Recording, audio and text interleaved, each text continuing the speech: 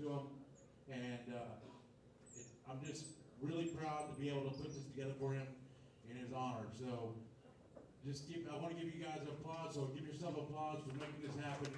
Making a special event for me, Royce. May he rest in peace. So also, we'll just go right into the meeting. We want to thank, I want to thank Anju and John. Let's give them a round of applause for hosting this event.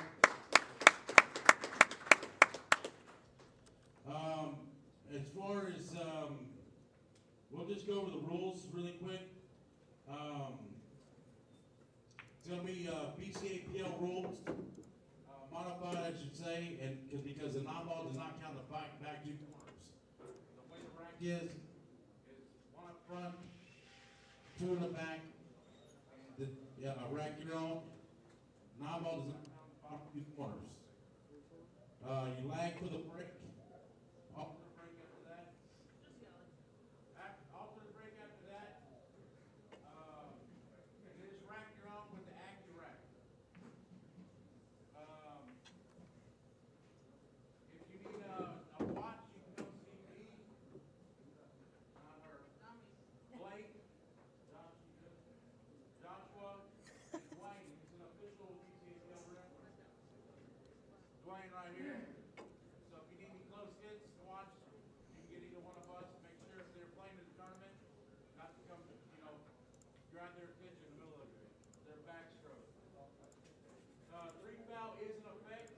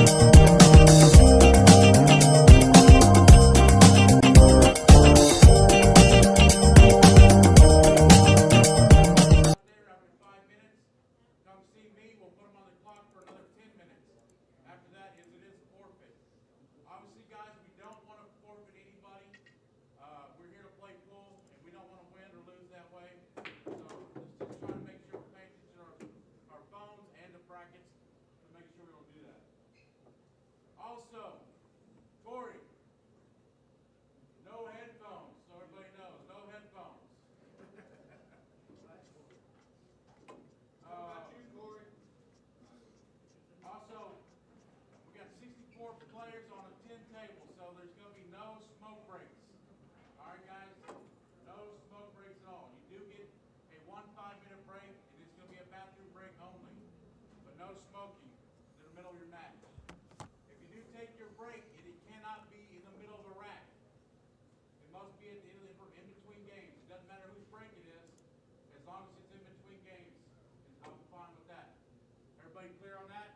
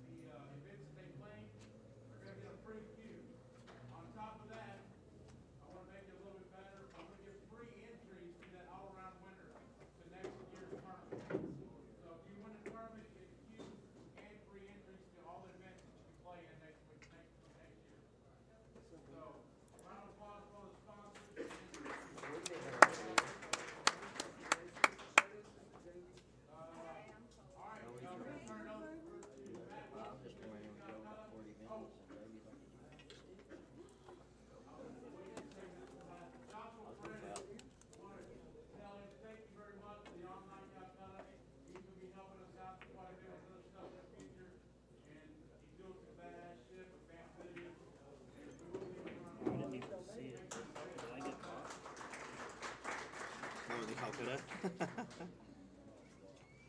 right, thanks, guys. I appreciate everything again, and we'll get started with the shot put. How do I want to do this?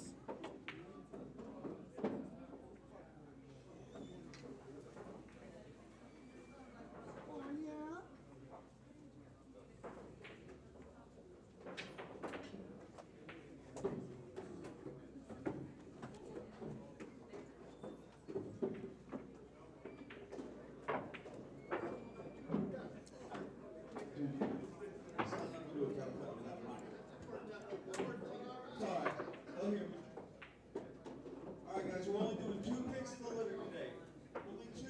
So, yeah, only 2, goddammit. In charge of doing 2. 2. Damn, only 2? Cut down some time. Somebody give me 500. Thank you. I got 1,000. Somebody give me 1,100 on the pick of litter. I got 1,000. I got 11. Looking for 12. 1,200 on the pick of litter. I got 13. Get 13. 14 right here in the corner. Give me 15 on the pick of litter. Pick up the litter. That means any player you want. That means Shane Hey, with I'm me. up, right? Yeah. Should have been my break. I got 1,500. No, you get to play the ghost. 16 over here. Looking for 17. Got my 17. For 18. 1,800 for the pick of litter. Got 1,700 looking for 18. 18 right here. I got my 19. Looking for 2 dimes. 2 dimes right here. Need 2,100. Need 2,100 on the pick of litter. 2,100. I'll sell them 2,100 on the pick of litter. Going once. I got 2,000 looking for 2,100 on the pick of litter. Going twice. I got 22. 22 accepted. 2,200 looking for 23. I got 2,200 looking for 23. Pick of the litter. Still too cheap. 2,200 for 23.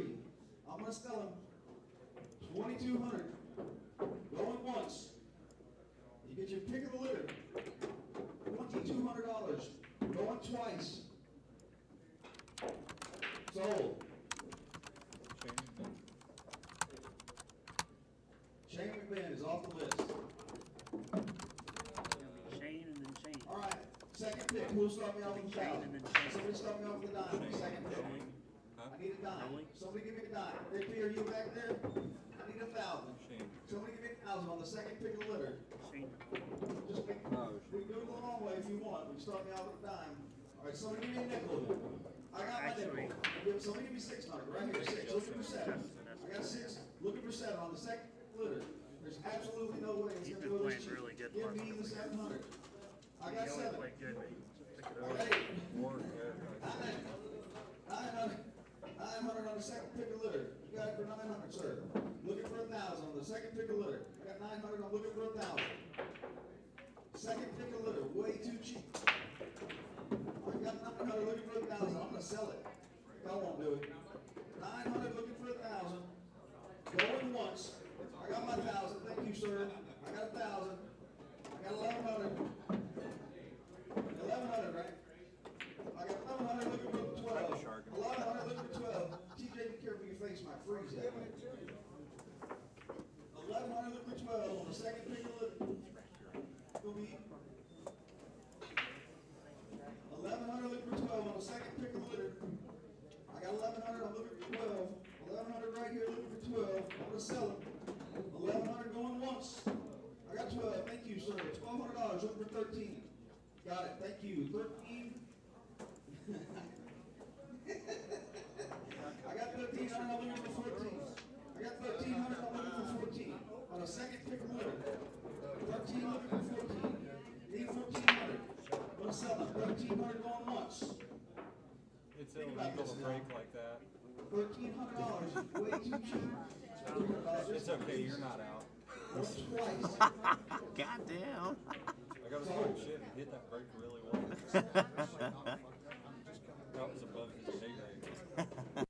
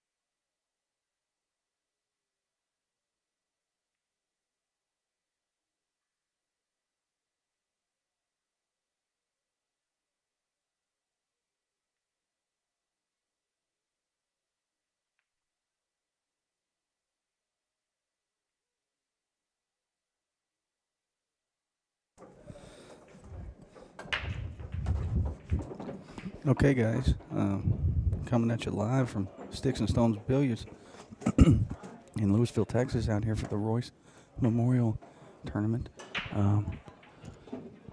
Kicking off the 9-ball, Daniel broken ran that first rack before we could really get quite set up over here.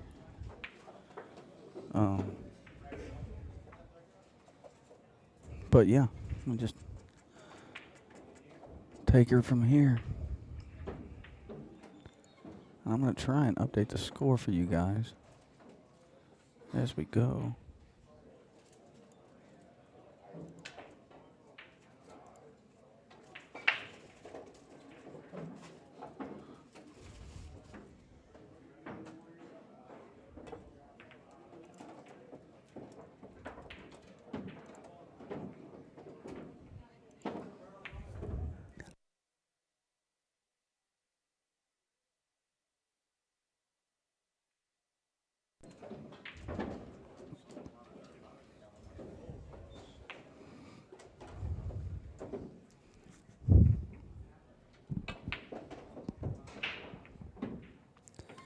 And if you guys can, or if you notice any audio issues, feel free to chat, let me know, type in on Facebook. I'll do my best to correct any issues. Crispian's going to make a ball on the break and get an unfortunate spread. This is one of these layouts where, you know, you can be pretty sure there's going to be some safety play. And there's not a lot of safety play traditionally in par table 9-ball, but I see a safety in their future.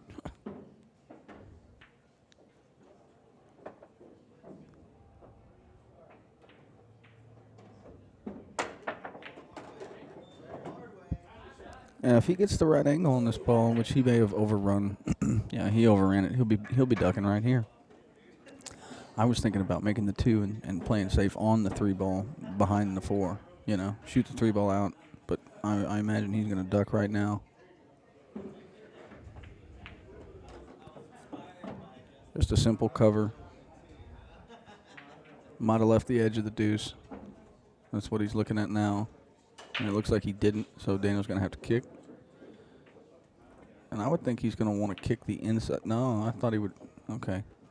So he was trying to kick the left-hand side of the 2 and kick safe. And he just missed the 2 and scratched. I don't know if we're playing 3 foul. If we are, I would expect another safety. Although there's not a super great safety that I see. But they are... they're both very creative players. I'm sure if there's a safety, Crispian will find it. You could take ball in hand and shoot the 2 into the 7, to the left-hand part of the 7, and knock the 2 up to the top rail, maybe? I don't know. I think that's what he's kind of looking at now. Or make the 2 and then play safe on the 3. You could get real aggressive and fire this ball in with some draw from where it was sitting. It looks like just another duck.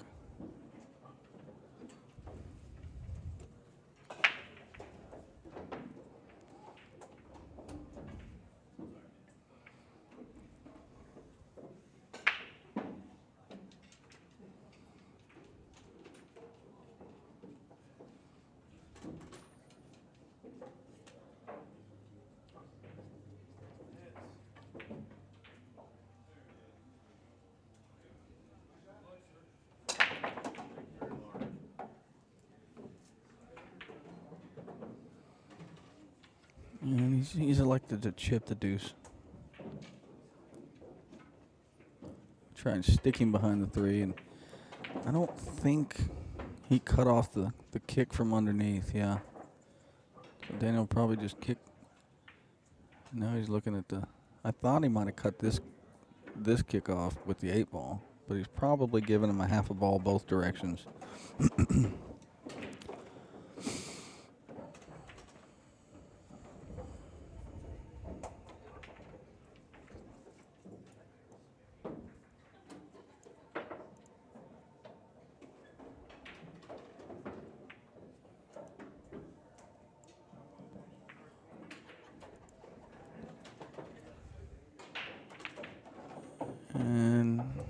They must be playing 3 foul. This is a clear attempt at a 3rd foul.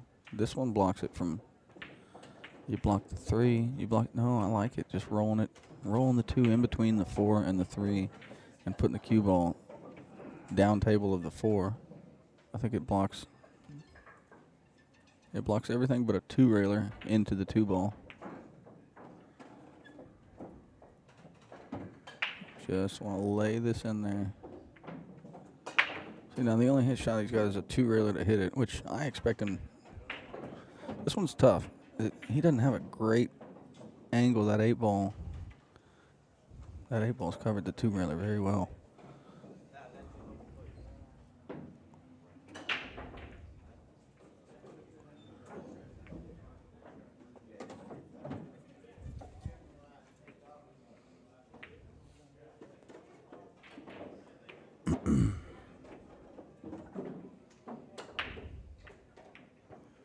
Looks like we've gone to get a ref.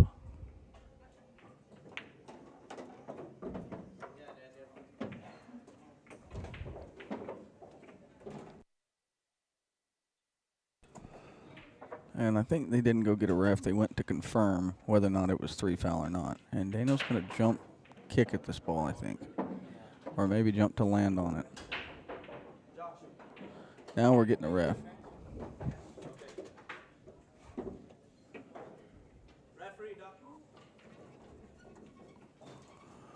Referee requested.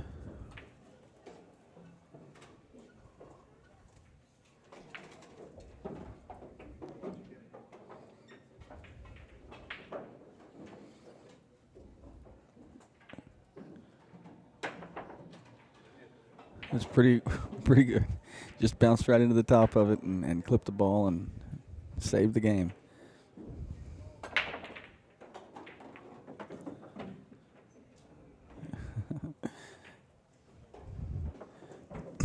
You know, like I said, it's not too often you're going to find games that lay like this, like right off the jump.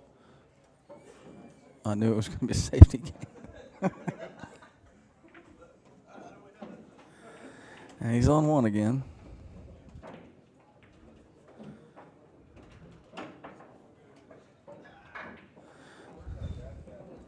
He's going to make the 3, I think. He can carry him the 3 in. No? Okay. So this is like the 8th or 9th safe we've seen in this one particular game of bar table 9 ball.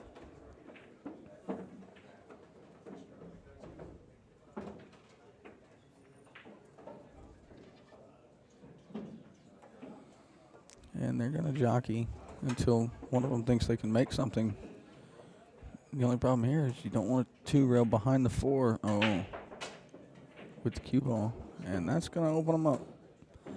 When Daniel gets him open like that, everybody knows he's a threat to run out. And just as I say that, the old announcer's curse, he gets pretty bad on the 4 ball, relatively. That being said, not a super low percentage shot.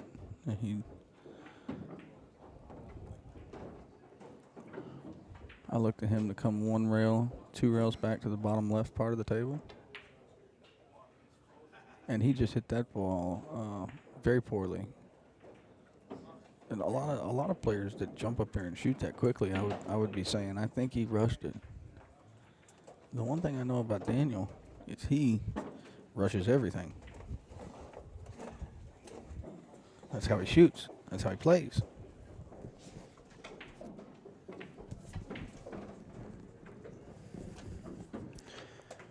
All right, big thank you to Mr. Matt Wilson for starting the party. This is Blake Kamyab in the booth here at the with DFW Pool TV. We're at the Royce Memorial Tournament. We have just started the 9-ball event. So you missed a very interesting game. This last game, Daniel's up 2-0. Daniel won the game. Or no, I think he lost. I didn't actually see how it finished. You just walked up. But the game was a safety battle where it became very apparent that they were playing 3 foul, and Daniel was put on the 2 and boxed in every 3 ways and had to jump to the top of the ball. to hit it. Wow. And he jumped on the top of the ball and hit it, and then they all laid right back to playing safe from there. No joke, Yeah, huh? they played about 15, 16 safeties. Wow.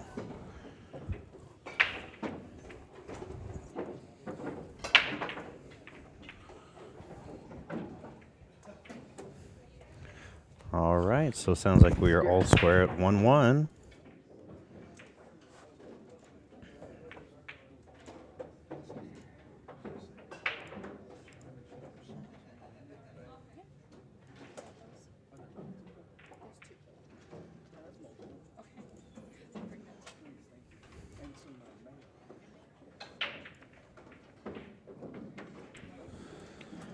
Okay, so Daniel pushing here. 1-3 tied up behind that cluster. Crispin going to look to see here what he can do. He can slow roll for the touch, but that would give Daniel the opportunity to feather and hide. I think Daniel actually sprays this. I don't know if there's a slow roll. Maybe he is going to slow roll. No, he did. So he tried to kick behind it to spray that ball away. Gets the good hit. Unfortunately, not a majorly advantageous position here. But a little bit of a back cut for Crispian. Crispian can either back cut or he can punch the one away and hide behind that 3-6-7. I think he's opting to play safe here. Yeah, punching and hiding. And it got a Oh, little didn't want that to unfortunate go. there. The little bit of light at the end of the tunnel is that even though he got unfortunate and hooked himself, he's gonna have to jump at a ball. At least this way you get a chance to jump at winning the game. That's true. I mean, he can spray that. He can spray that 9 ball. Just a good solid contact on the one here. Yeah. Looks like from what I see over here, he's got about maybe about 4 or 5 inches between him and his object ball. Oh yeah, So I expect him to get over this ball, no problem. yeah.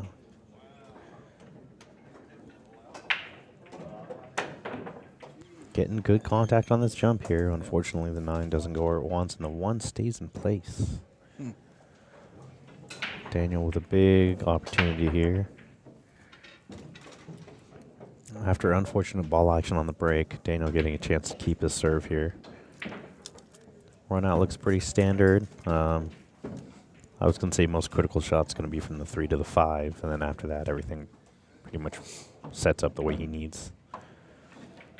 Yeah, I would agree with that, and he's done that just fine. That was a beautiful shot. He bent that cue ball through that 5-6. Gets himself a good leave. I think both of these gentlemen, after playing the one pocket event the last 2 days, are going to be pretty solid here These on this bar pockets are going box. to look really big to them over here. On these little tables, they're going to be running out. Definitely. That's why I think I was not the only one that was surprised at the 7 ball that Daniel missed after the safety battle. When running out, it was just there, just open. And I look for him to take maybe just a second or two longer. You can't telling Daniel to take a little bit more time. That's only a second. Just one more second. Quite literally one more yeah, second. just one more second. Okay, but already starting our stream off with a heavy-hitting match. This is going to be pretty good. Heavy hitting tournament, man. This field is so deep. There's going to be so many great matches to watch. I'm looking forward to sitting up here watching all this stuff. I want to soak up as much knowledge as I can, and I've never really called a lot of 9 ball. Of course, I've called a lot of anything, but I'm just curious to see how this is all going to go. And with so many good players in the room, I know we're going to see some great pool. Absolutely. All right, Crispin to break here. We are on serve. So one thing I have heard from the fluttering in the gallery is that they're having trouble with the break. Everybody seems to be having trouble with the break. Yeah. It's not specific just to this table. Yeah, it seems to be causing people a little bit of problem here. So Daniel feathering to hide behind the 6. He may have given the edge of the 1, but he definitely has coverage from that 6 there. Yeah, it looks like the key here is going to be how, like you said, how these guys manage the break. And of course, template alternating break. I mean, the person who catches on quickly is going to be the one that runs away with it. So, all right, yeah, Crispian going to just hit the edge of that one. Ooh. I don't know if he was playing safe or playing the attempt. Maybe just a two-way shot there. I think he was playing the cue ball to the end rail. Yeah. Good shot here. Daniel with the good hit. So it looks like I look for him to play safe here. And this 4-5 is the actually, this rack in general looks like a little bit of trouble. The 3 doesn't have as many pockets as usual. The 4-5 is lined up pretty awkwardly. I suspect that at a certain point, I suspect there'll be a safety at that 4 and 5.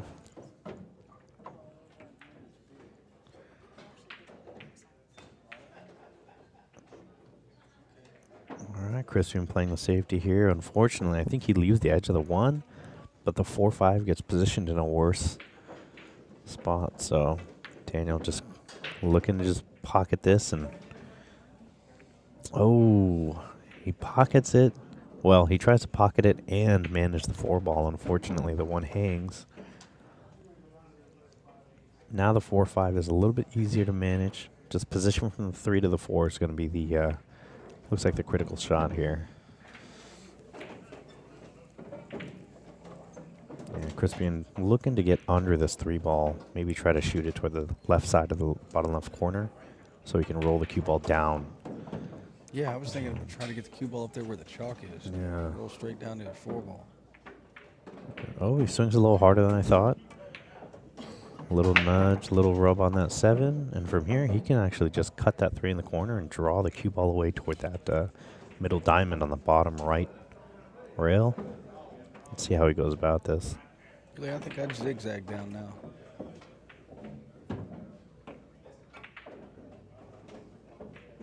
Holds it beautifully. Yep, that's a good shot. Oh, there we go. Yeah. Now from here, I think Crispian plays this to draw into the 5. Oh, Move the 5 to a slightly better position. I would try to draw back. But what happens when I do that is I end up getting straight in a lot, right? When I try to draw back and shoot the 5 in the same pocket. Mm-hmm. So maybe into the 5 is better. I think he rubs this to reposition. So, yep, rubs it. Wow, repositions that beautifully.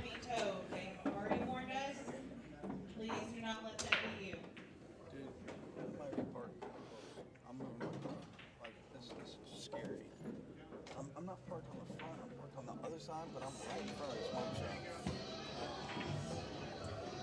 All right, Crispian in good position here. He could shoot this to slow roll and shoot the 7 down table, or he could shoot this to come 2 rails around and shoot the 7 in the same corner pocket.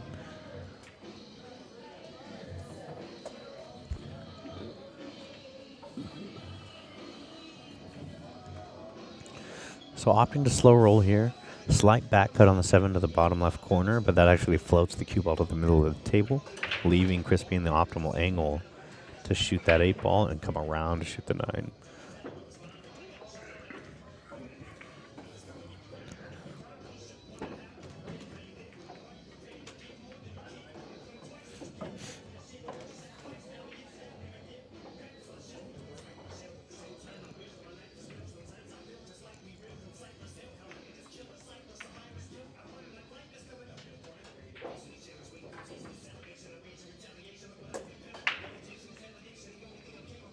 Crispian just rolling that 7 to that pocket, unfortunately undercutting it, leaving the line for the 8, but the 8 seems to be in the way a little bit. Daniel going to spin off the rail and see if he can back cut that 7 in. Gets that back cut, cue ball comes around and opens up for him. Good shot from Daniel here. After Crispian getting a little bit of cover from that 8 ball, Daniel negotiating that very well, and Crispian going to go ahead and concede that rack. All right. Got Daniel breaking serve. Daniel up 3-1 now.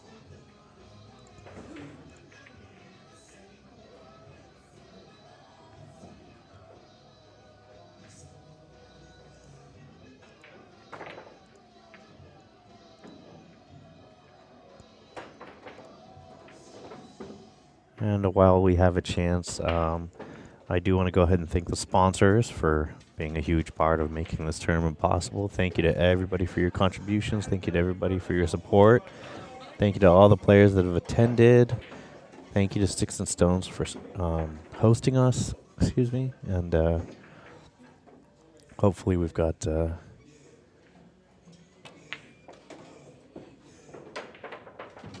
hopefully we've got the stream going nice and steady for everybody that's joined us. And we are going to provide you with some good 9-ball this weekend.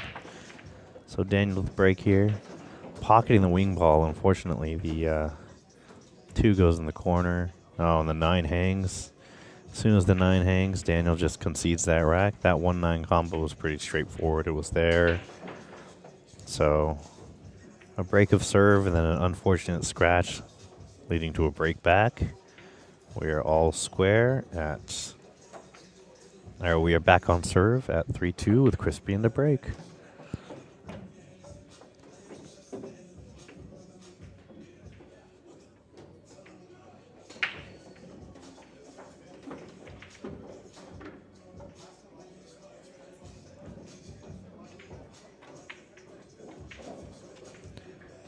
All right, ladies and gentlemen, I'll be right back. I'm just going to check on something real quick, and I will return.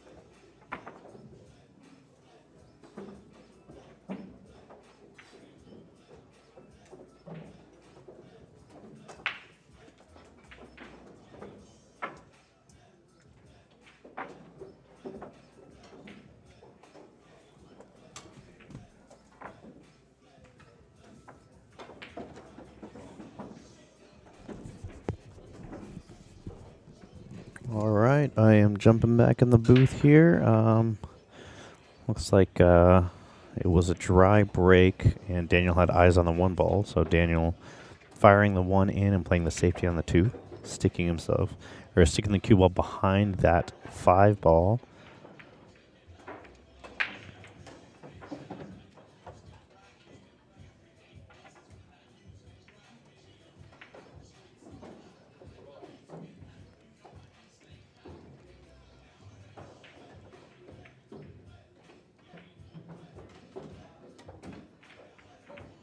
Chris being able to 2-rail and get some contact on that 2 ball. 2 ball is available here. Daniel has the option. I think he just banks the 2 toward the 3 and hides down table. Getting himself behind that 8-9 very well here. I do see the kick, but I wonder if Crispian jumps this instead to get a solid hit on the 2 and have the cue ball run away.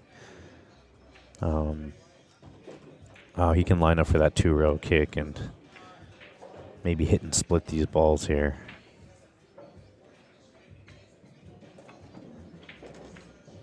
Ooh.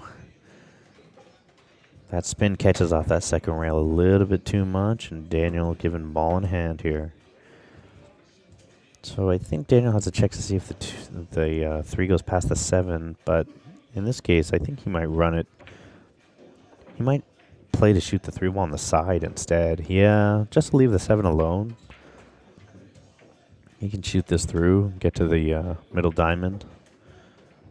There you go, middle of the table works even better. He gets himself in position. He can cut this 3. He can spin this to the bottom rail, or he can just shoot through. opting to kill the ball off the rail and go back and forth with that 4-ball. Pretty decently standard run out here. Couple of good ball manipulations, but in general, just a nice smooth run out for Daniel.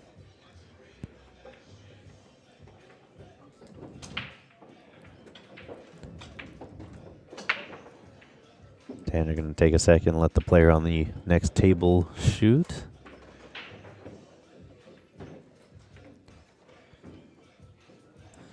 All right, the car is safe. I'm not going to get towed. All right. Mr. Matt Wilson coming in the clutch and saving his car. They're threatening to tow people in the wrong spot around here, boy. No, they don't mess around, that's for sure. So All it rolled right. out a little bit, but it'll be fine. And he'll kill this with a little bit of inside. Rolls that to the rail, and that is game number 6. So game number 5, unfortunate for Daniel. He breaks and scratches and hangs the 1-9 combo to the side, so he concedes it. But he gets that next rack. So Daniel getting that service break. So he's up 4-2 now. Now let's see what kind of ball action results from this.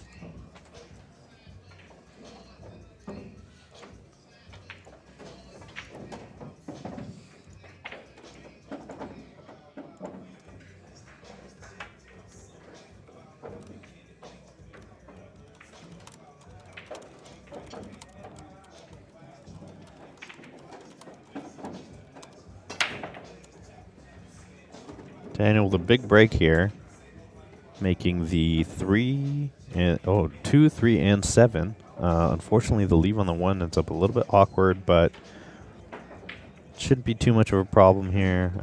Daniel can either get aggressive and bank that 1 across, or he can hide behind that 5. Daniel doesn't do a lot of hiding. Not a lot of ducking, huh? All right, and for all of the people following the stream, I have pinned the brackets to the chat, so feel free to follow along in the chat with the brackets. And Daniel giving someone else a chance to finish what they're doing before he gets down to shoot. He'll punch this away with a little bit of left spin.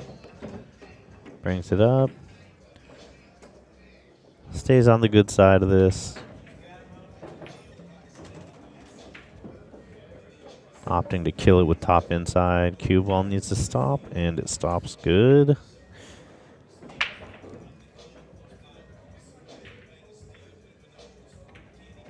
There we go. Needs a little angle here. He can just shoot up and down, or he can spin it away with bottom outside. I think he just shoots through top. Yeah, up and down. Gave it a little bit of inside to make sure it held on that side of that 9 ball. And from here, you can just roll this in. Very good. All right. He missed the ball. Oh, what? He missed the ball. He missed that. He hit it into the end rail. He just drove it into the rail, huh? Commentator's curse right here. That's my bad. Dude, I did it to him earlier. I said, "Oh, he don't really miss too many balls like that." I went, "Well, guess that's me." Correction.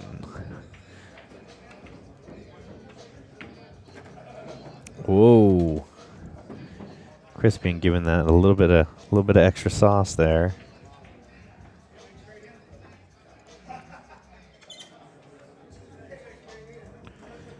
So Crispin breaking back here in some kind of way. A little bit of a surprise from both players just now.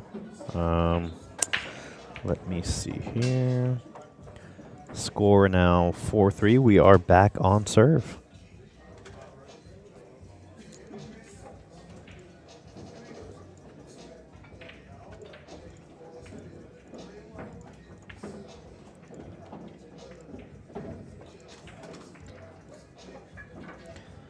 There we go. All right, and here we go. Crispy in the break at 4-3 Daniel.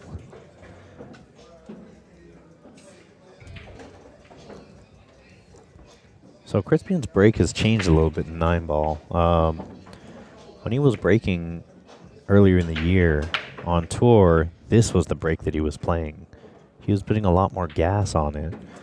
Recently, I've seen him playing a little bit more of a cut break, sliding the cue ball to the side rail. But in this case, rewarded for giving it a little bit more juice and punching the cue ball away. One ball hanging in the pocket here. So it looks like our critical shot here will be from the 4 to the 5. Yep, that's what I was thinking. Yeah. I'll just co-sign a lot of your statements. I've Like, yep, I agree. been told that I commentate 9-ball like a NASCAR race a little bit, so I need to No, take a little breather. No, I think you're doing great. But from here, this is one of those nice floaters here. Ooh, gives a little too much sauce there. Yeah, and I think you probably play some sort of a safety. Yeah, I would actually probably bank the 4 toward the 7. Yeah, and try to get behind the 6. And then have the cue ball either get behind the 6 or just take the cue ball back to the top rail. A little bit similar to what we were talking about the last 2 days, right? Kind of more of a one-pocket safety. Send the ball to the top rail and cue ball bottom rail. Let's see how he does it. He might be able to beat the pocket on his cut. That's a great stroke if he can beat it. Oh, he might draw away too. Let's see what he does. Oh, beats the pocket. He hit that ball with inside. Oh, yeah. So that's surprising. There's a very interesting shot I learned from somebody. I was in Maryland about 4 or 5 months ago. I played in the Dinosphere Cup, and a gentleman named Mark Nanishi, he was actually he was here for the I think the 10th stop of the DFW tour, the 9th stop, excuse me, maybe.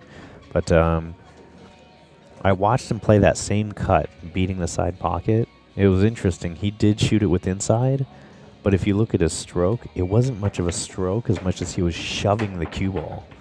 It almost slid off that object ball and beat the pocket, so it was interesting. All right, so I think after Chris being kicked at that 5, Daniel punched the 5 and it jawed out of the pocket, unfortunately. Yeah, he jumped it. So Chris being coming across that 6.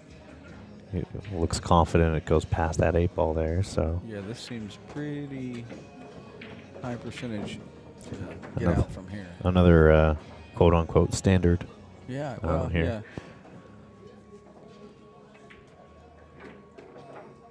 That's kind of what bar table 9-ball is, right? Keep it real simple, and when you have it real simple and you don't get out, usually it's from a very blatant mistake. Yeah, well, Something like this. funny enough. You know? Yeah.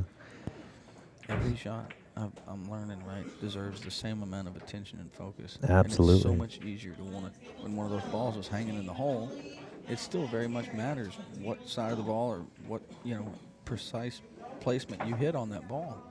That's right. And it's real easy to just kind of go, oh, it's hanging, I just do this, Yep. Wow. Kicks the ball in like it's his job. He plays that hit. This man has a job for a living, just so you know. Wow, that was an incredible result from that kick. Just the kick alone was great. He executed and he bent the cue ball backwards off that side rail. Yep, it's amazing what happens when you hit him. He was definitely rewarded for that one. So we are back on serve here. 4-all with Daniel to break. Okay, all of a sudden it went from a race to 7 to a race to 3. Huge, right. huge difference here. That's right.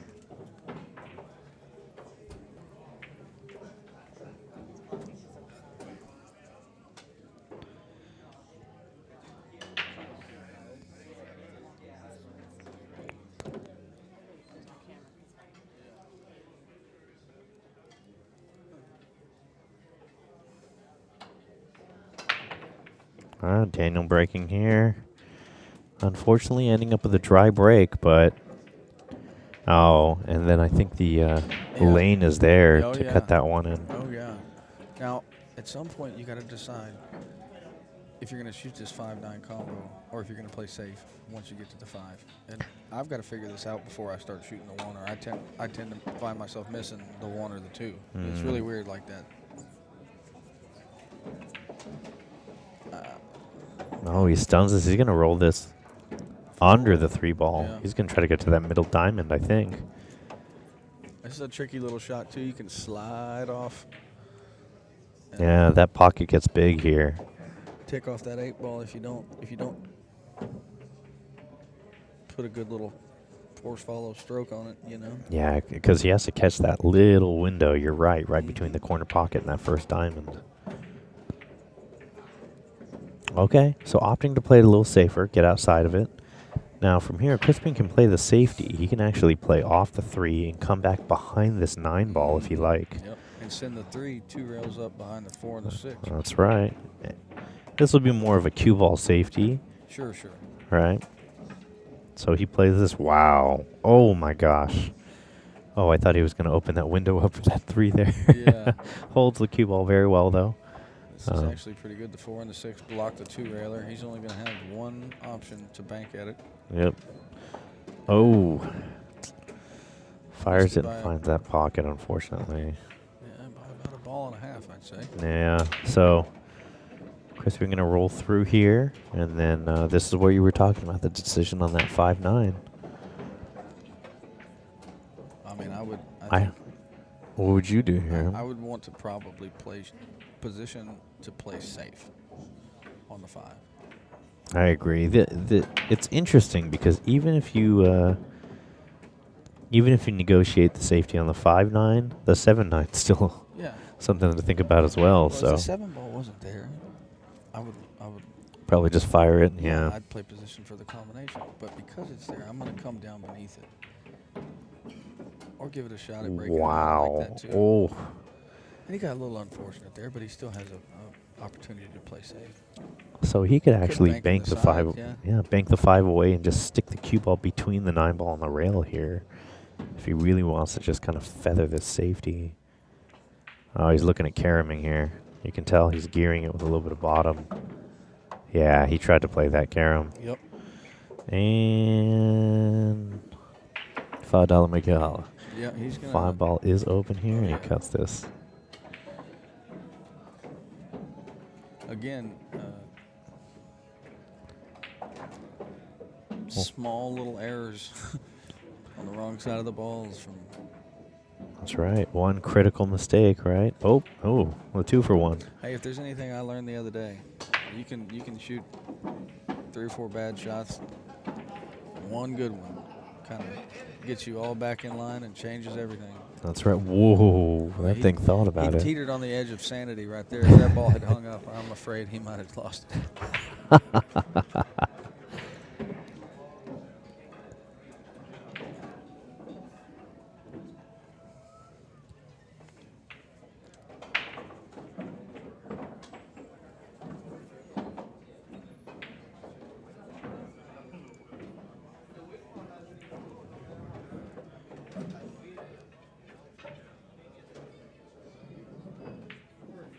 These gentlemen discussing the racking right now. We are still on serve.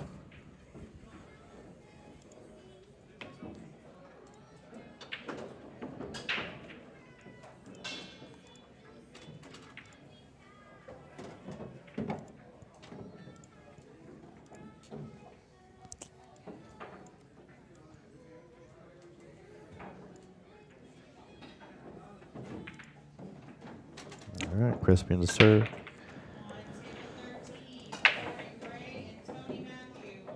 Dry break again. I think you're going to see that be a pretty common thing for a little while. And I don't want, you know. Whoa. Interesting ball action here, and Daniel moving this quickly. Think that thing is going to fly. I kind of doubt it. I think he'll play the 2 in the corner and You drop think down so? the bottom rail and play safe. No. Playing it off the 9. Now he's looking at it. Trying to see if he can beat the 7. Okay. Just a little pinch draw. Oh, does he get some? Oh, I was going to say, does he get some love? But unfortunately, the 2 does leak out. Challenging shot here for Crispian, though. He's got to draw this away with some right. See if he can beat that window of that 7-6. Six ball gets big on this positional shot here.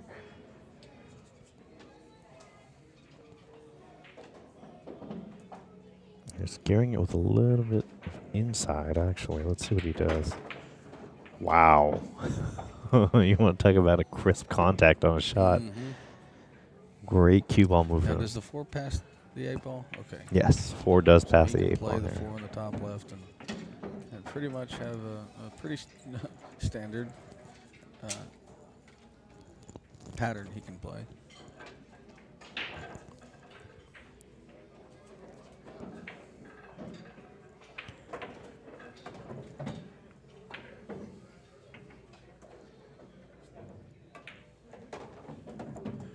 Crispian going to drive this 2 ball and have the cue ball just jump out. Very nice shot here. From here, this is probably the most critical shot now. I think he gets himself on the high side of this cut in the side for the 5, and everything else comes through a little bit more naturally here. Whoa. Critical shot. Unfortunately, And we've got both of these players missing some uncharacteristic shots that they just typically don't. yeah, this is pretty surprising here for sure. First match of the day, probably hadn't really felt in stroke yet. Shaking off the rust a little bit. Yeah. Shaking off the rust. Boy, that's what Tom Smith told me yesterday. Tom Smith told me he was shaking off the rust, and then he won the 8 ball. I was gonna say, shake off the dust with I said, the. it sounds like it's all shook off.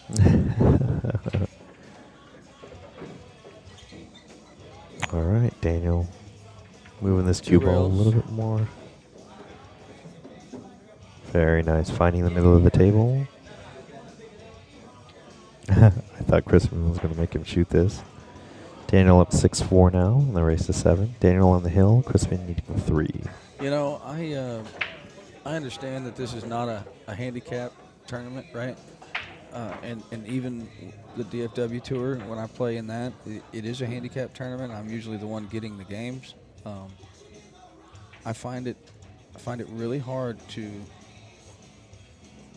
give up balls my opponent can miscue. Like I just I don't know. I know you mentioned the other day there is a point at some point that we are wasting time, right? But the game the game's not won till the game's won. That's true. I just don't. I don't know. Yeah, that's true. I'm not worried about not hurting somebody's feeling. Like you're gonna get. I don't know. Thank you, dear. All right, Daniel breaking. Try break again.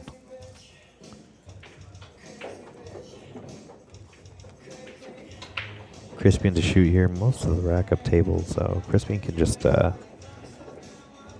he can spin this away at the 8 ball and then negotiate a safety for that too.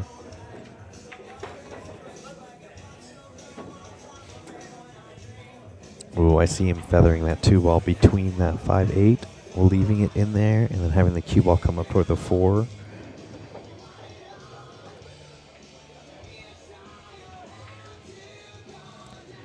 Some potential for a pretty lethal safety here.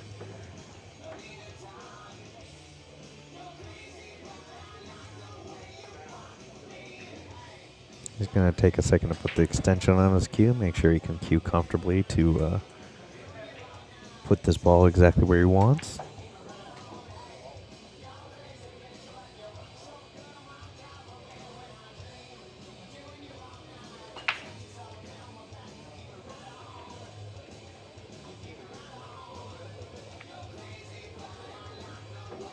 Tucking the 2 ball in there and looking for cover from the 5, but unfortunately it leaks out. Daniel can carry him the 7 in with the 2.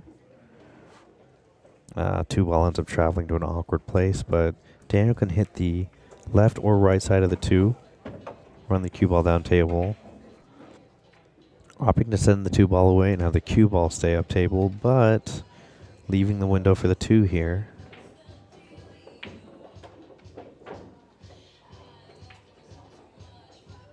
Crispy, I'm going to cut this 2 in here.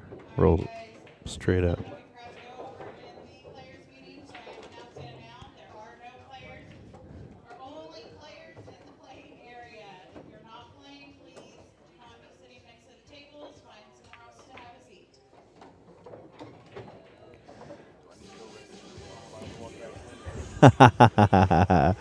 Don't worry, I got your back. You're good to go. All right, Crispian going to cut this 4 in. Now, this is huge. If Crispian can get this, he's breaking next to force a Hill Thriller with Daniel breaking. Daniel still having massive initiative here, so.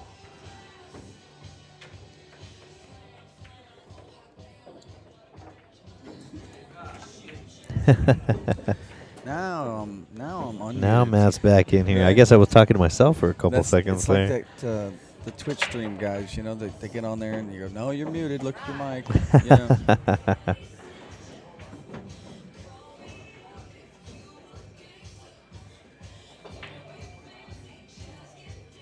There, Crispian with some inside, going to cut this 6. 3 rails around. Gets to that 4th rail. Gorgeous shot from Crispian here. That's a very critical shot to have in the arsenal anytime you're playing rotation.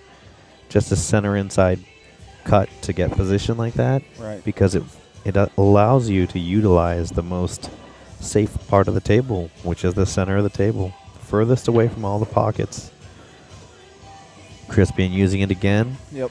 Getting himself great position on that 9 ball. And Crispian to break.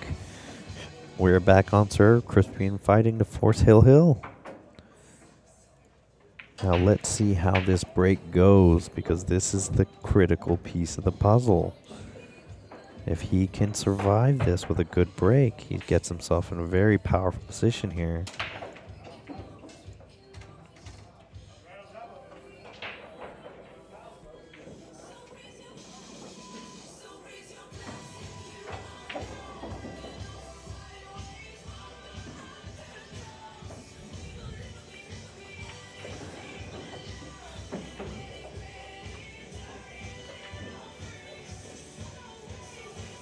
All right, let's see which break Crispian does, because Crispian's punch break has been pocketing a ball for him. His cut break has been kind of betraying him a little bit here, so. Looks like he's gearing up to punch it. There it is. So he juices it, unfortunately not getting the ball action he's looking for, and the 1 is open.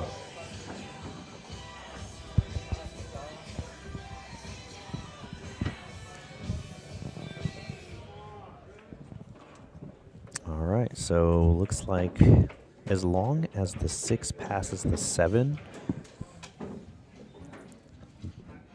Daniel has an opportunity to close this out before Crispian can do anything about it.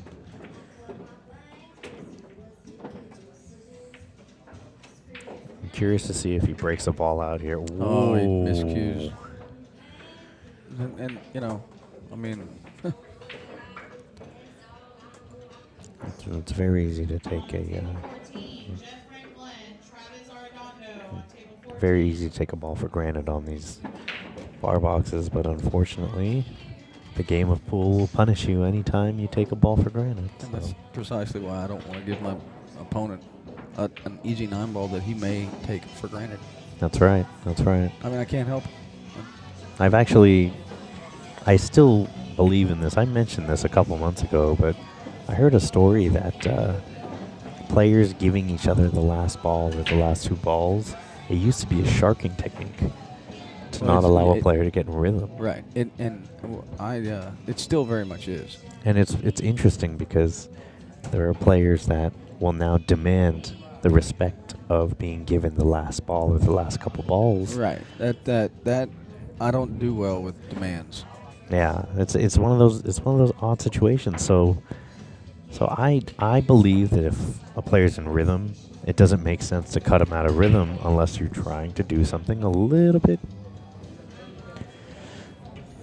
kind of trying to hustle someone. So You know, hustle is a word that I wouldn't use to describe that particular. maybe not. I mean, That is more, in my opinion. I like to call it a move. Yeah, Not it's really a move. hustle, but It's more a of a move. move. Yeah, hustling is where you like misrepresent something, Mhm. blah blah blah, right? Like, I think that's more just strategery. You Yeah. know what I mean? Like, I don't know. I don't know if you heard this story, but I heard a story from. It was one of the top pros talking about it on a stream. This whole giving the last ball thing. There were two guys that were gambling once, and they were playing a race to 7, 9-ball, and after about the third rack, it got so bad that if one of the players broke dry, they gave the rack to their opponent. And they traded this back and forth 6 times in a race to 9. It was one of those crazy situations where as soon as the tracker... is this a story from long ago? yeah, I'm pretty sure it was Okay, long I have ago. a feeling that this story involves Ermin Bullard. I have it on good authority that he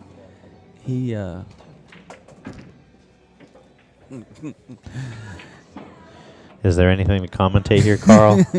Is there? No, I'm giving you good stories here. This is, I have it on good authority from a man that I trust that he saw Ermin Bullard win a set in a race to 9 without shooting a ball.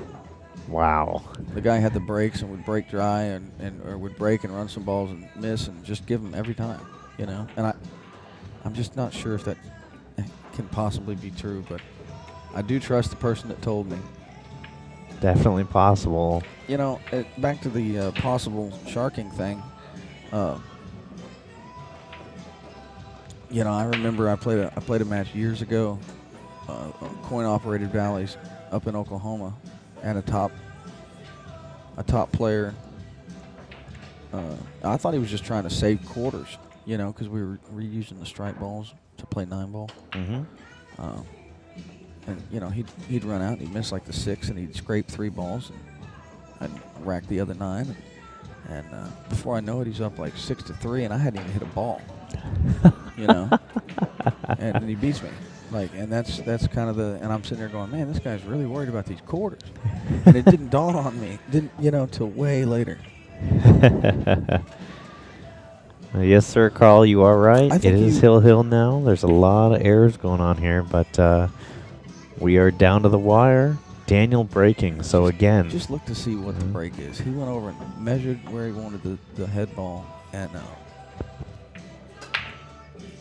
neither one of the wing balls fell, but he so did make a 5-ball ends up going, loses the cue ball. I don't know if he has room. He might be able to back cut this one on the side. No. Yep, there it is. Oh, does he get the roll? Oh, he gets the bump from the 6. Holds that cue ball. So Yeah. great cut on the 1 and rewarded. Now Daniel going to shoot this and beat this. Go back and forth for that 3-ball. Oh, doesn't even bother going back and forth. Just rolls it forward. I would have tried to go back and forth, I think. Yeah, his ability to impart spin at slow speeds is definitely very, very commendable here. He plays that very well, gets himself that window from 3. Now here, I'm curious to see what he does. I think he does go back and forth on this one. Just because as long as he gets the cue ball anywhere near that head spot, he's in a great position.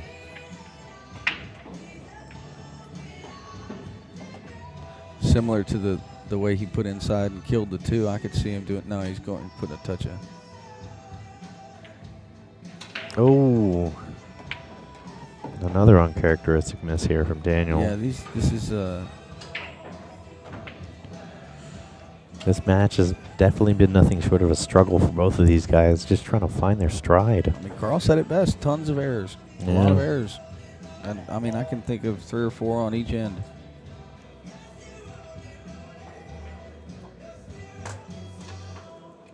So I think Crispian does have room to shoot this 3. And kind of kick the draw, kick the 4 over. Yeah.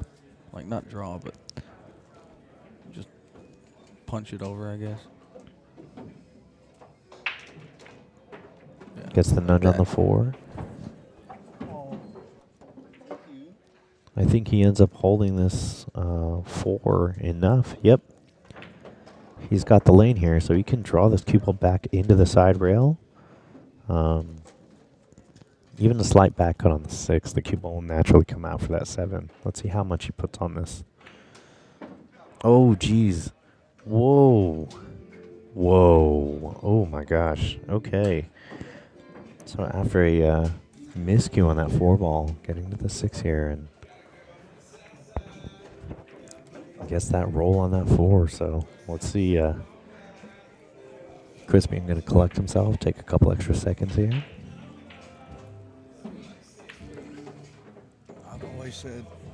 I've always said, I don't care which hole they go in as long as I don't have to. As long as I don't have to care which hole they go in, I don't. It's true. I mean we are playing 9 ball. The ball goes in, it counts. The score will score just the same. Wow. Could this be the way that this match ends? Yeah, I think it very well is. Could it be? Errors, and then a little bit of good fortune, you know. A little bit of love, as I like to call it. Mm-hmm. Getting position for the 9. Definitely going to make him shoot this one to close this set out. Shoot the last one. And that's game. All right, ladies and gentlemen, a very, very odd collection of occurrences on this one. Crispian ends up coming out on top, hill here.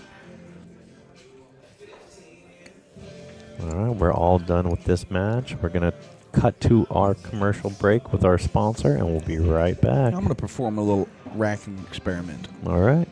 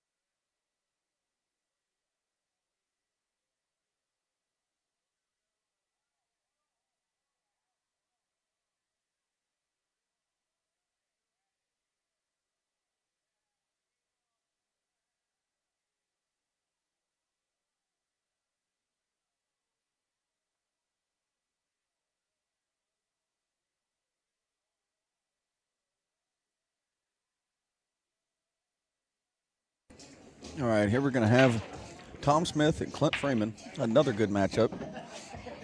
Daniel, you're right. The last one was a good matchup, and you're going to continue to see that kind of stuff all day because the entire tournament is full of good players. There's not a bad matchup I've looked at. Clint.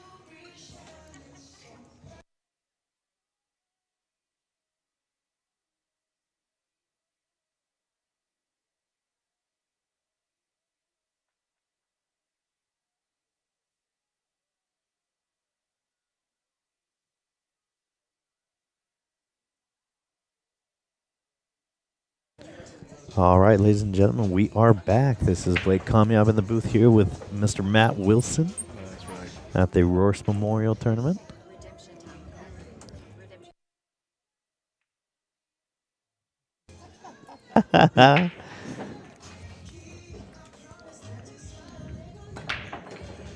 All right, so Clint breaking here, making the wing ball and pocketing the one, and positioning the one very well. Strong position to start with. The balls have moved up table in a pretty decent way, so Clint just needed to come up and out. I think he might opt to just punch this to draw. Let's see. Yeah, because he can get it off that side rail and rip it back. Ends up getting a good leave here. He can roll that 2 into the corner pocket, using the 7 as a backboard to slow the cue ball down. That 3 can be back cut in the side.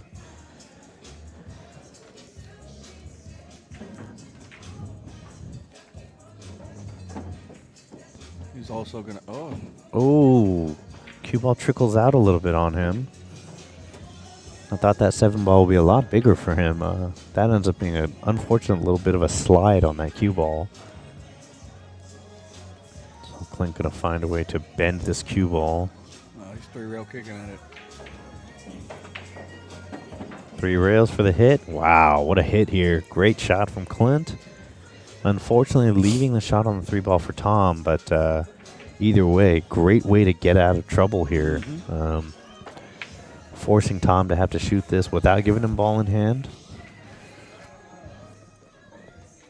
Now, I did mention this name. Last night, and we talked about this guy this morning. This is Tom Smith. This is the gentleman who won the 8-ball event yesterday. Big congratulations to him. Knocking the rust off. Knocking the rust off. So, jawing the 3 ball, leaving Clint an opportunity. He's going to pull this back here.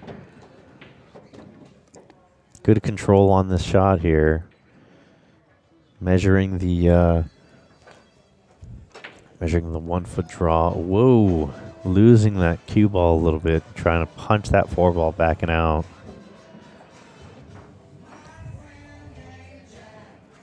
All right, Tom given another opportunity here.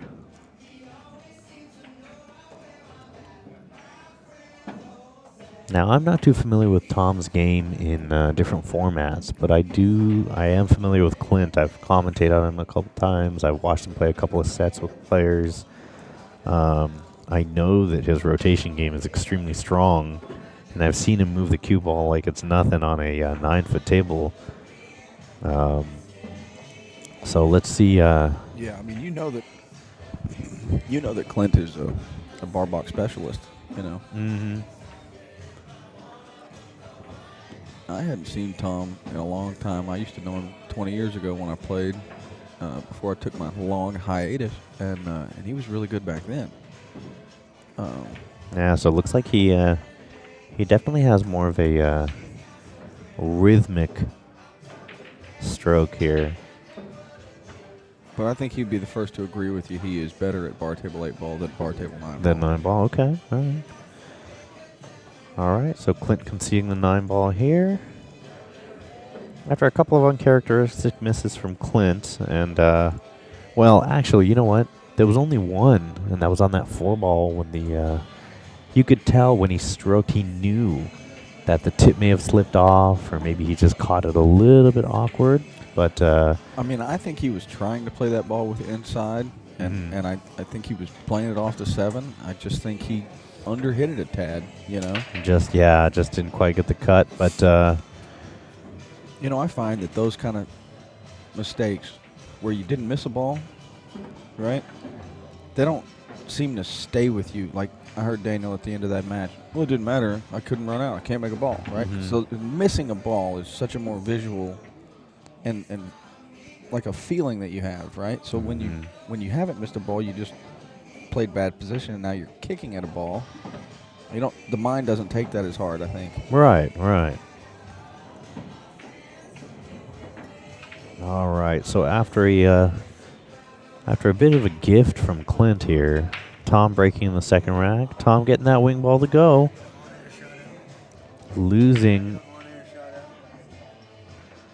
Unfortunately, losing the cue ball at the bottom rail while the 1 goes to the top rail. While we're here, it looks like one of our wells of knowledge for one pocket, Mr. Miguel Hernandez, wanted us to give a shout out to him here. He's playing on table 9, right next to the stream table. Shout out to Miguel. Thank you for helping us out on day 2, getting in the chat.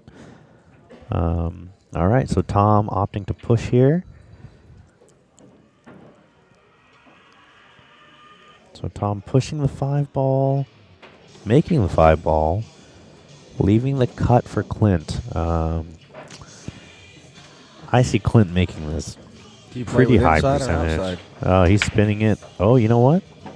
Whoa. He was playing safe. He was playing safe. Unfortunately, the point got in the game. He was actually tucked right in the... He was tucked in a great spot between the 4 and the 6. The 1 would have been on the bottom rail. So between the slip of the cue ball when he was trying to play the 2 off the 7 in the first rack and this shot, he's getting a couple of pretty strange episodes of ball movement he's going to have to fade here. Tom playing the safety instead of the cut on the 1 ball. Clint getting half of the 1 ball here.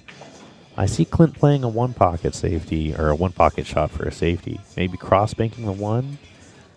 Oh, you know what? He's going to try to fly the 6 ball and punch the 1 in. Wow. Full cue jump and, unbelievable.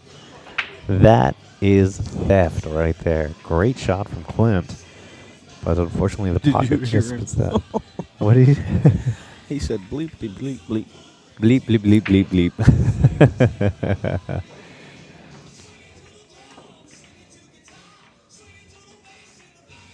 All right, Tom shooting the 1, pocketing, getting a little too tight on this 2 ball here. I really don't expect that to be a problem. Like any good bar table 8 ball player. Yeah, good at that's little true. tight little, you know what I mean? That's like true. It's just dinking and dunking the cue ball around. Yeah, and he doesn't have to worry about position Right. here. Three's in the pocket, so. I mean, it's pretty standard out. Yeah. Play both balls in the same side pocket. Let's see what kind of angle he gets on this 4 ball. Probably runs into the bottom rail and comes out. Yeah. Yeah. See, and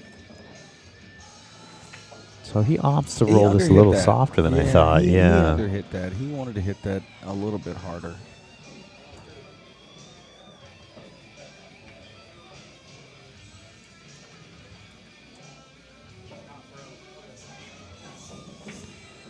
So Tom rolling, bottom rail, coming back out. Whoa, jaws that 4 ball. Oh, Yeah, he's going to get an unlucky kiss. That's- And, leave a shot. all right. Clint for the out here.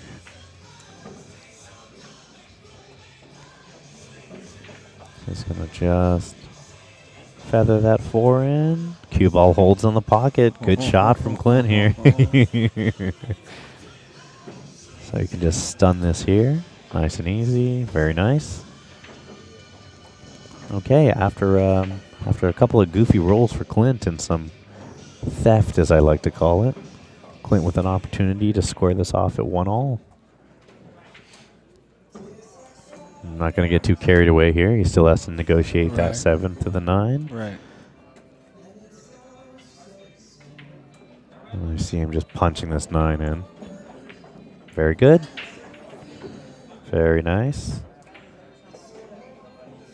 We're all square at 1-1.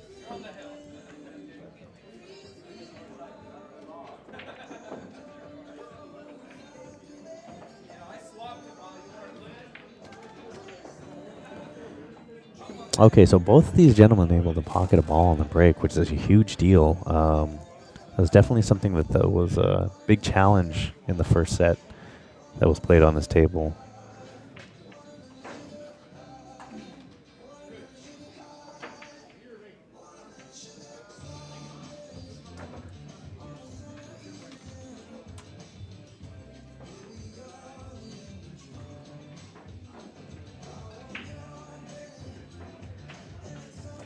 All right, Clint breaking from corner of the box, left side of the table. 8-ball goes. 8-ball goes well. Clint breaking very well. Unfortunate ball action here, though. The 2-3-4 tangles, the 6-7 is a little bit iffy here, but I'm curious to see if Clint decides to go a little bit more of the chess aspect or he decides to go more of the checkers.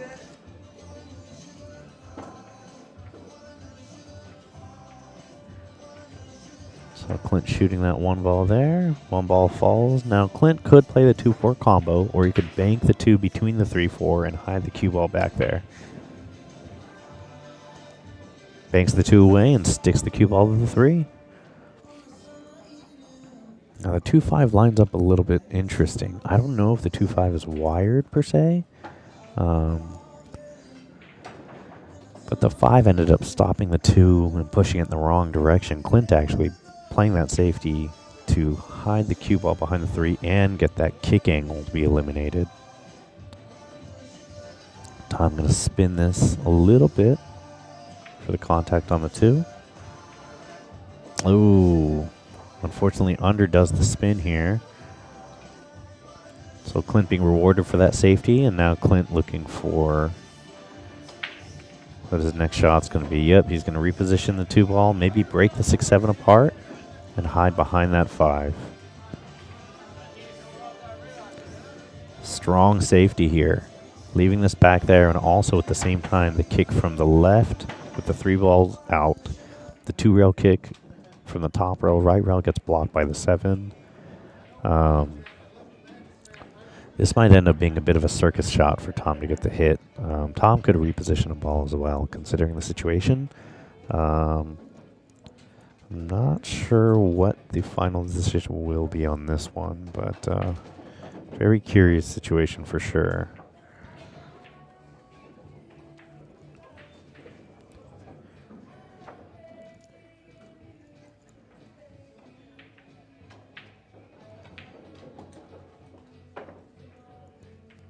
Ooh, Tom attempting to kick and spin the cue ball off that rail, unfortunately not getting enough. Yep, and Clint letting Tom know he is on 2. Clint going to push that 2 away and hide behind that 7. So he can punch this 2 away and stick to the 7. So hiding this beautifully. Clint going for this 3 foul and going hard for it. Tom going to have to bridge over the 7 to see if he can kick between the 7-2. I think Clint was hoping maybe the 4 ball would have stopped the 2 ball a little bit, but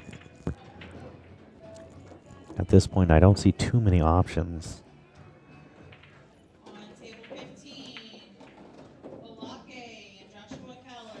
On table 15. All right, ladies and gentlemen, I have been called up to a match. I am going to have to get off the stream here. Matt might get back in the booth a little bit. I might send a couple people in to help out, but please stay tuned in here. You can watch some good pool, and we'll try to get the score update with some help from a couple people. So Tom ending up kicking at that 2 and getting the good hit. He was able to successfully bridge over the 7 and get that hit. Clint almost getting that 3 foul, but unfortunately, just that 1 kick out. All right, everybody, we will be back with the commentator in a little bit. I'm going to go play my match. Thank you very much for tuning in.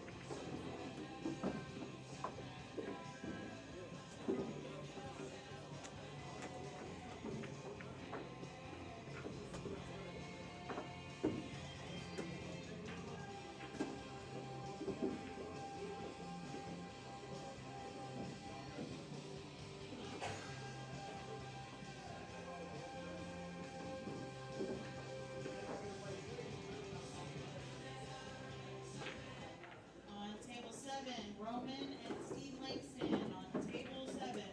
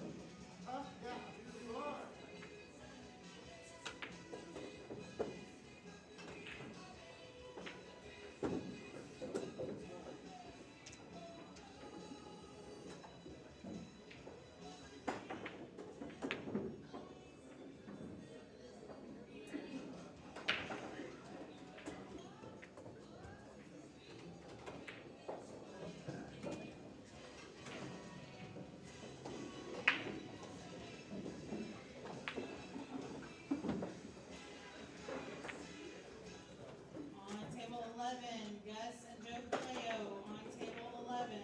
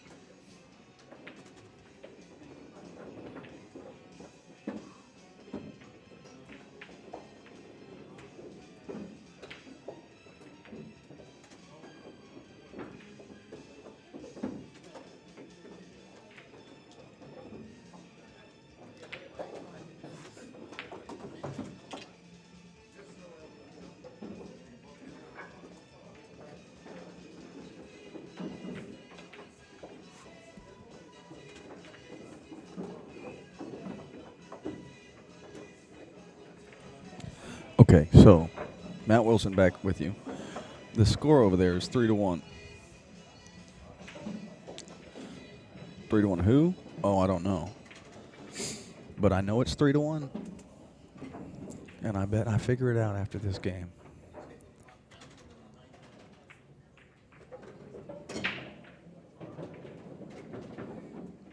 Boy, he hit that ball just as pure as he could possibly hit it.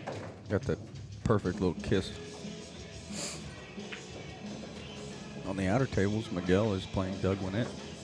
And I think he's up 4-0 break.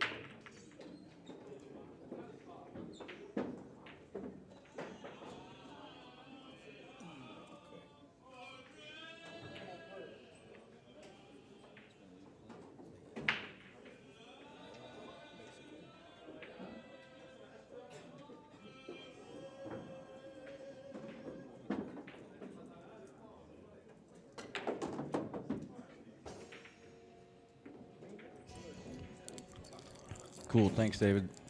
3-1, yep. Now it's 3-2. After a bad break, Clint was forced to roll out and has been told to shoot it.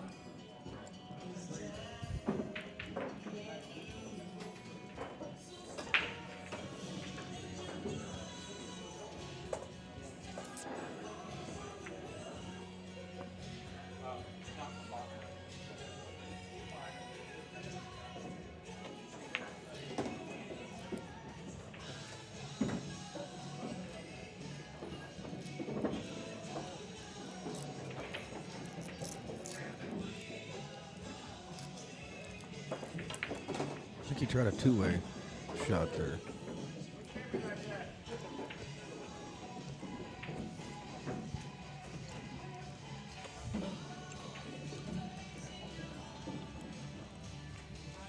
Bends it very well. Leaves distance.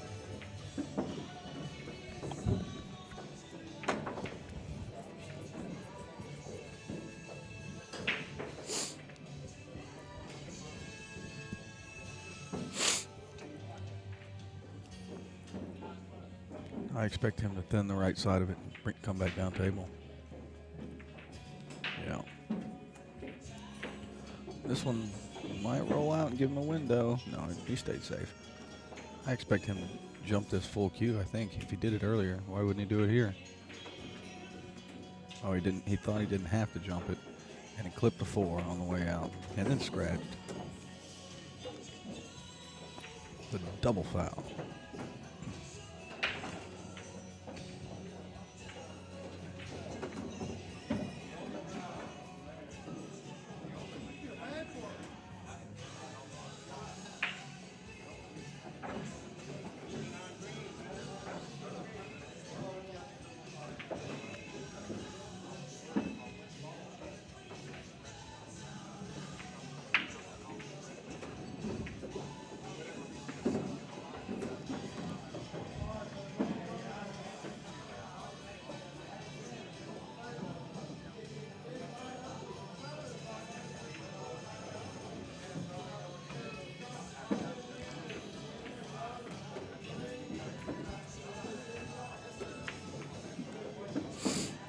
That's going to leave him pretty simple safety.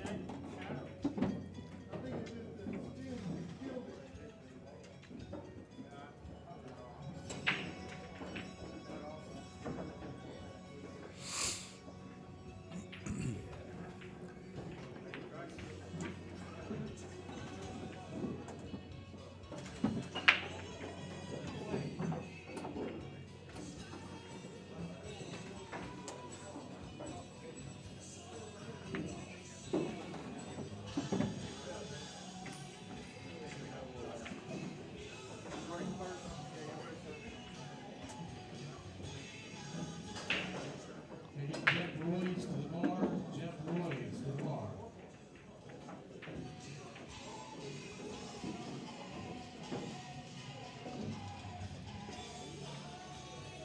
I'm curious as to why he would line up to shoot this combination. Why not do it with the 4 ball? That's really confusing to me. I get it. He may have more control with the ball in hand, but that 3 ball could have snuck back there behind the 4 pretty easily. He still hasn't quite got the angle he wants to. He's going to have to run into the 8.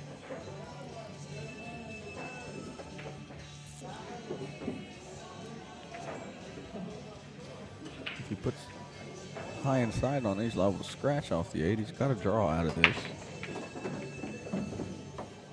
Yeah.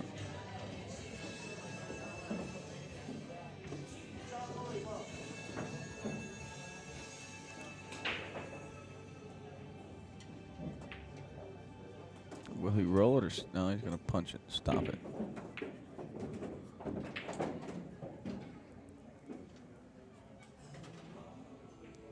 Off the head rail and back down, I suppose. Everybody's got their own way of doing things.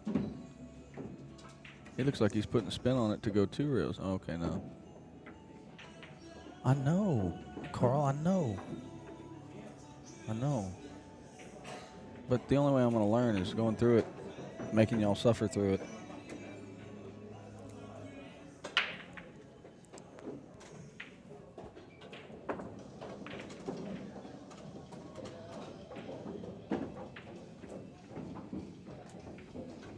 Table 12, Jason Bladden, Jason Massey, Jason Massey, Jason Bladden. Table 12.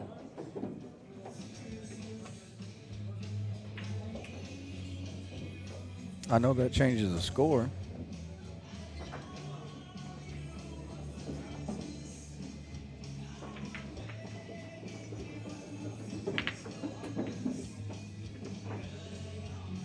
Tom or Clint?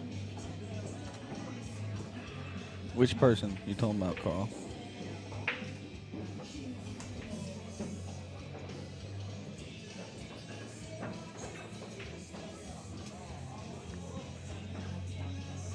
That brings us to 3-3.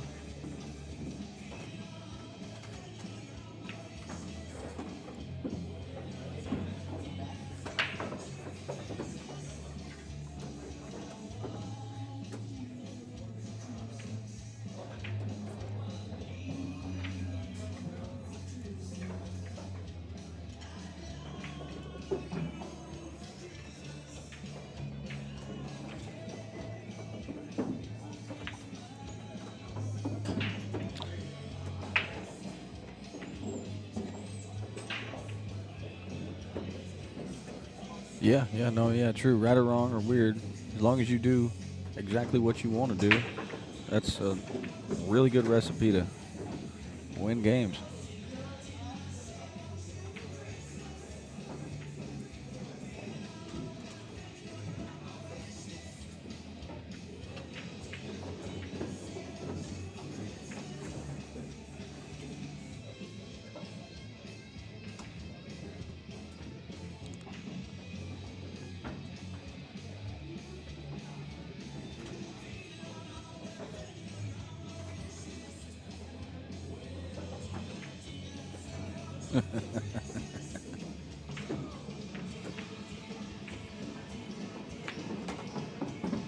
I think they'd have to play up to get to your level, Carl. I think you sell yourself short. Straight shooting son of a gun.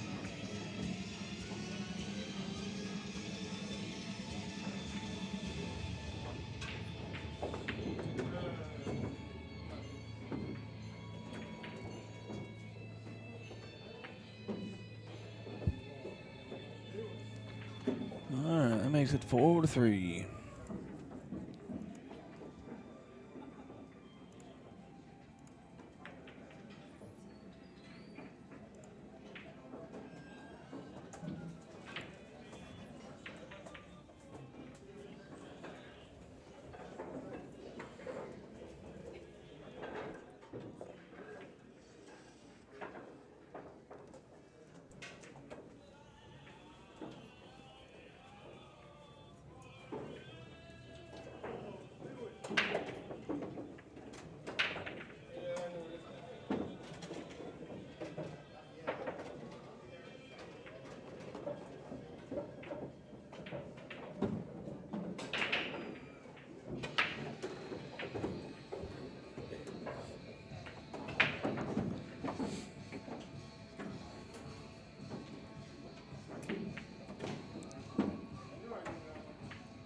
Yeah, for sure. Way more competitive and controlled. A lot less disappointing results off of shots in this one. Carl, excuse me, Carl. Tom has certainly been playing good the last couple of days. Yesterday he played very well to win that tournament. I don't even know if he lost a match.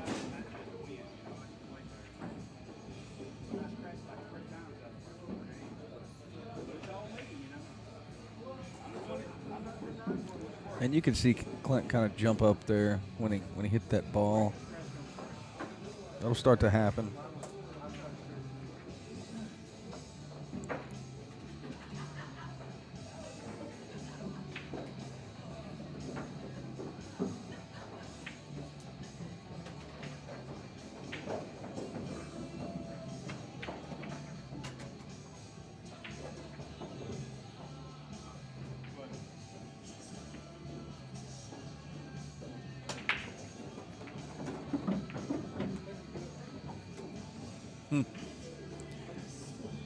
Just flat out unfortunate there. He may have blocked the path for the one rail kick from the side rail with the 4. Looks like he's going to try and go around it.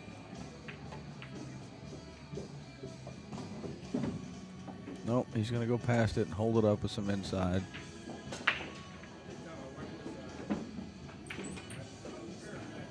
What a shot. What a shot.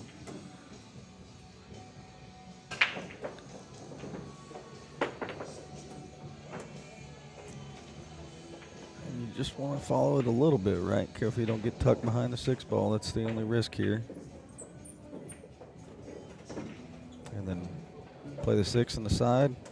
I would think, right? Draw it back for the 6.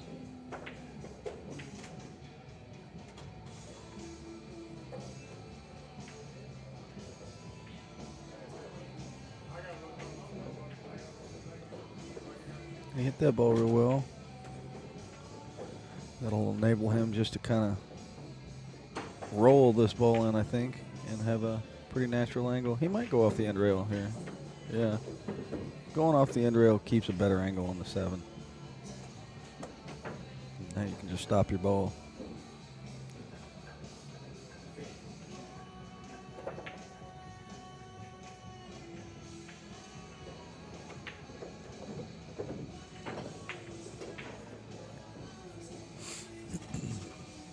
And he elected to draw over.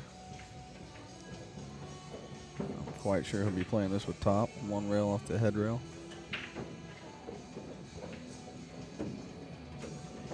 And that's, I guess, not going to get quite where he would have liked. He's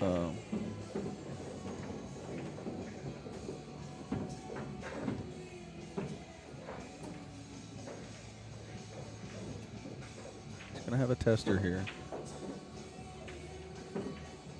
And he missed it. And then scratched. So now that's going to make it 5-3 Clint. That's the first. See, Carl, this is what happens when you say something. I noticed being a quote unquote part-time announcer, right? As soon as I say something about a guy playing well, they make a mistake. Or I say something about, oh man, this guy's been jumping balls so well, then he misses a jump. So I won't tell him that you're the reason that he missed that ball.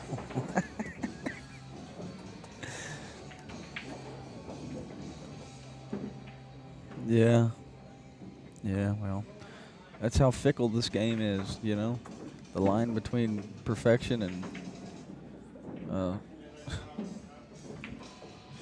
failure is probably pretty thin.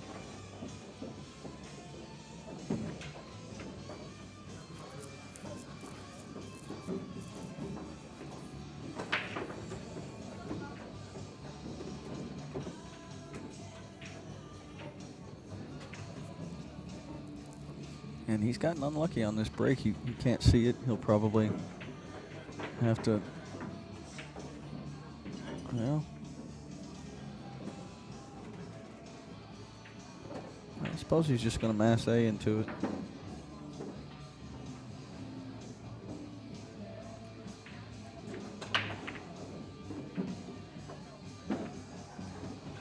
So he was just so close to being able to see it outright. He just twisted his ball with a little bit of inside. I would expect him to come 2 rails for the 3 ball in the same corner.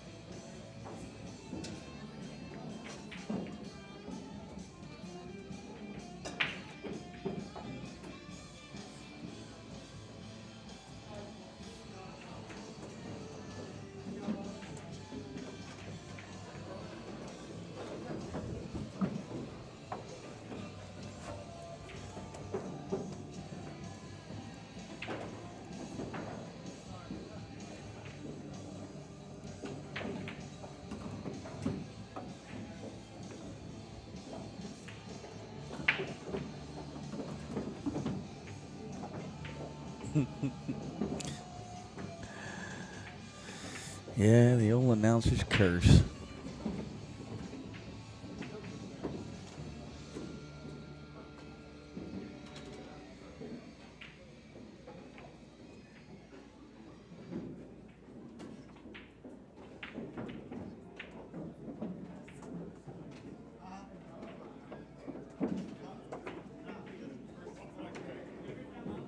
He hit that ball real well.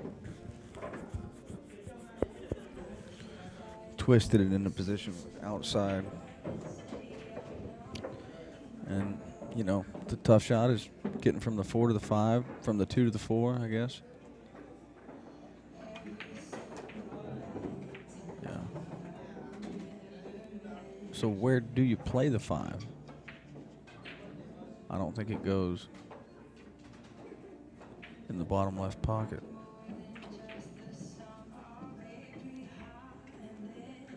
Or the bottom right. I think it only goes in the side.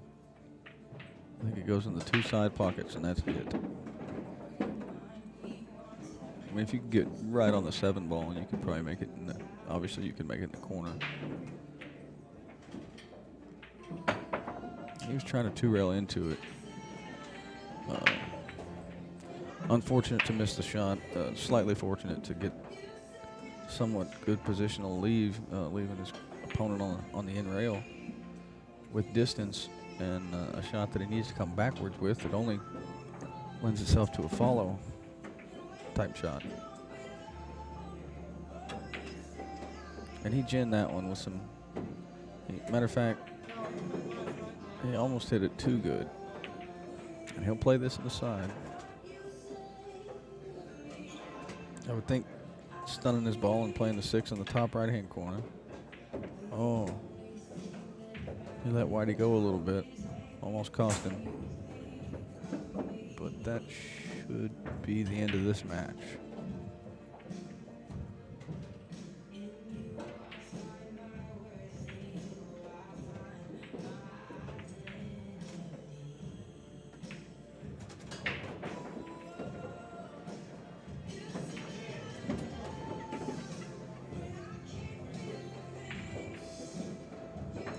Yeah, that's the problem with that shot is it was going to come off so thin to make the ball. The cue ball's coming down table. Leaves him with nothing but a bank or safety. I assume he's going to bank it in the side pocket. No problem, like he's hanging. Oh, well, there you go. Cut it in the side and kick the 9 in. That's 7-3, Clint. Or 7-4. Yeah, 7-3. Just one slip up costs you so much. Funny how that works. And I'm going to take just a quick second here, guys, and see if I can't scrounge all up another good match to watch here. I'll be right back.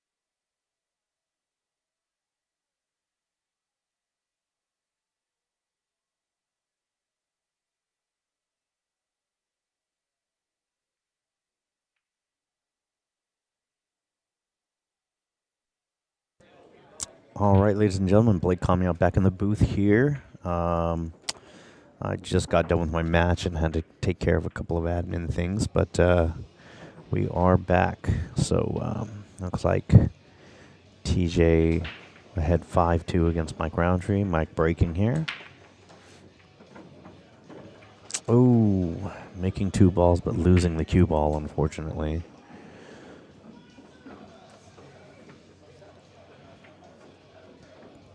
Ball in hand to TJ here. Navigation-wise, 3 and the 4 on opposite sides of the table, 5 and 6 on opposite sides of the table. This will be a lot of movement through the middle of the table, I think.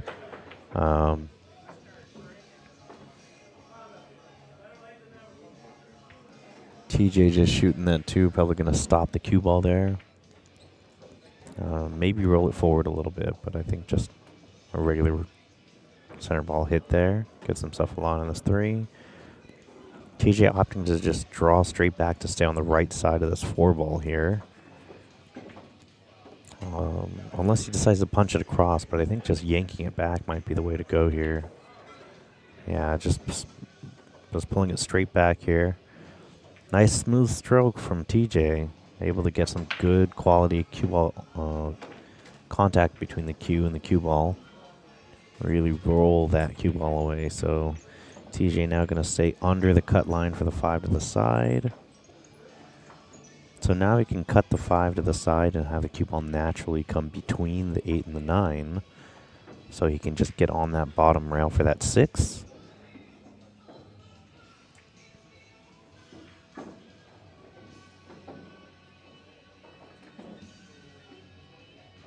As soon as he makes this standard out from here.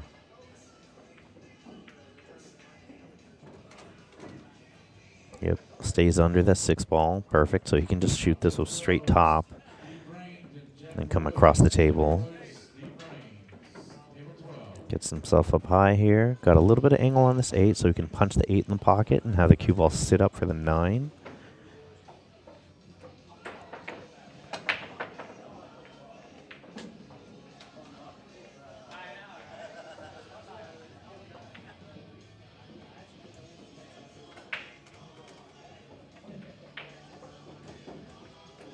Alright, cue ball travels a little more than he wants, but TJ's just going to do a couple of resets and get himself in position to shoot this 9 in the corner, and TJ getting himself to the hill. 6-2, and it is TJ's break here.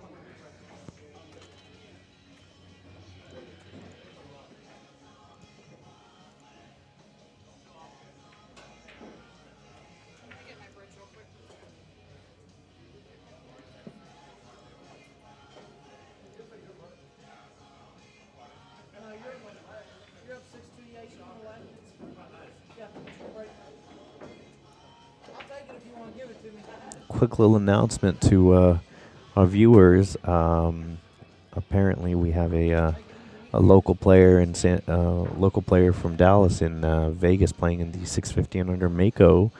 He is on the stream table. It is our own Clint Pelosi. So for everybody that wants to tune in, we're going to go ahead and share that link. And y'all can bounce between the two streams here. Good luck to Clint and Juan Parra, and we do have a couple of other Texans out there. Good luck to all of them in that event. But, all right, back to the action here. Take a good look here. So TJ breaking, pocketing that 7 ball, getting himself a good leave on this 1 here. He can actually just punch this 1 and have the cue ball stay right there. Roll the 2 in the side. His biggest positional shot looks like going from the 3 to the 4. After that, out ends up being pretty standard. TJ gonna shoot this with a little bit of outside here. Go 2 rails back and forth. Shoot that 4 in that top right corner pocket. And we are in business. He could draw this or he could roll it through. Opting to roll it through. I don't know if the 5 goes past the 6. He may have to just roll that 6 in, but he looks pretty confident he can sneak that 5 by. Yep. There we go. That's the angle that we don't get to see over here, but he sees it real clear.